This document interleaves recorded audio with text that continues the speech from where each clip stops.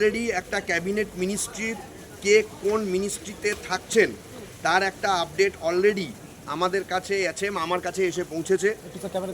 হ্যাঁ, এই অনুযায়ী আমার কাছে মোটামুটি যা ডেটা আছে তাতে আমি বলবো শুভেন্দু অধিকারীকে আপনারা কালকে মুখ্যমন্ত্রী হিসাবে শপথ গ্রহণ করতে দেখতে পাবেন। শুভেন্দু অধিকারী হবেন পশ্চিমবঙ্গের আগামী 5 বছরের জন্য মুখ্যমন্ত্রী। তার সঙ্গে দুজন থাকবেন ডেপুটি সিএম দিলীপ ঘোষ এবং অগ্নিমিত্রা পল। এছাড়াও বিজেপির বিভিন্ন জায়গা থেকে জিতে আসা এমএলএদের বিভিন্ন দপ্তর দেওয়া হয়েছে। আইনমন্ত্রী করা হয়েছে কৌস্তব বাগচিকে,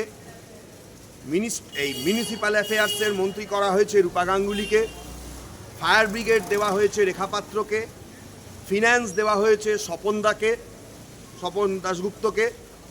এই রকম বিভিন্ন দপ্তর, বিভিন্ন আরও ব্যক্তিবর্গ রয়েছেন। নিশীথ প্রামাণিককে উত্তরবঙ্গ উন্নয়ন মন্ত্রী দেওয়া হয়েছে, সুন্দরবন উন্নয়ন পর্ষদের মন্ত্রী দেওয়া হয়েছে ওখানকার একজন ব্যক্তিকে। এরমভাবে বিভিন্ন রকমভাবে বিভিন্ন দপ্তর দেওয়া হয়েছে। পাবলিক ওয়ার্কস এটা দেওয়া হয়েছে আপনার চন্দ্রশেখর ব্যানার্জিকে।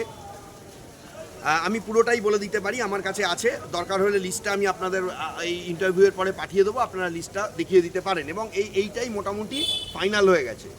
এবং আমি শুধু এইটাই আপনাদের মাধ্যমে আবেদন করব, নতুন যে সরকার আসছে তারা যেন মানবিকভাবে মানুষের পাশে থাকে, সমস্ত মানুষকে নিয়ে তারা যেন চলে।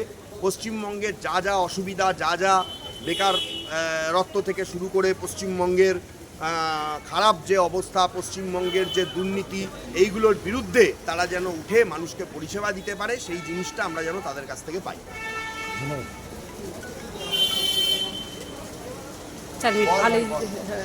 রাত চালানো হচ্ছে। এই গতকাল মার্কেটে পরশুদিন করা হয়েছে, বালিতে করা হয়েছে এর আগে।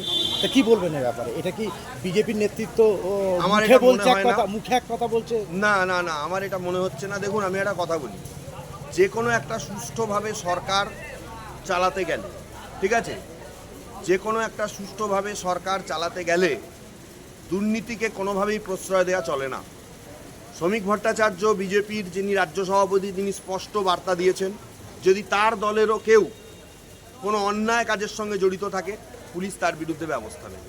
আমি আপনাদের জানাই, বিধাননগরে দুজন নিজেকে বিজেপি বলে পরিচয় দিয়ে তারা এসে বলেছিল যে আগে তোমরা তৃণমূলকে চাঁদা দিতে, এই দিতে, এখানে গাড়ি রাখার জন্য কোনো একটা জায়গায় রাস্তায়, এখন আমাদেরকে দিতে হবে।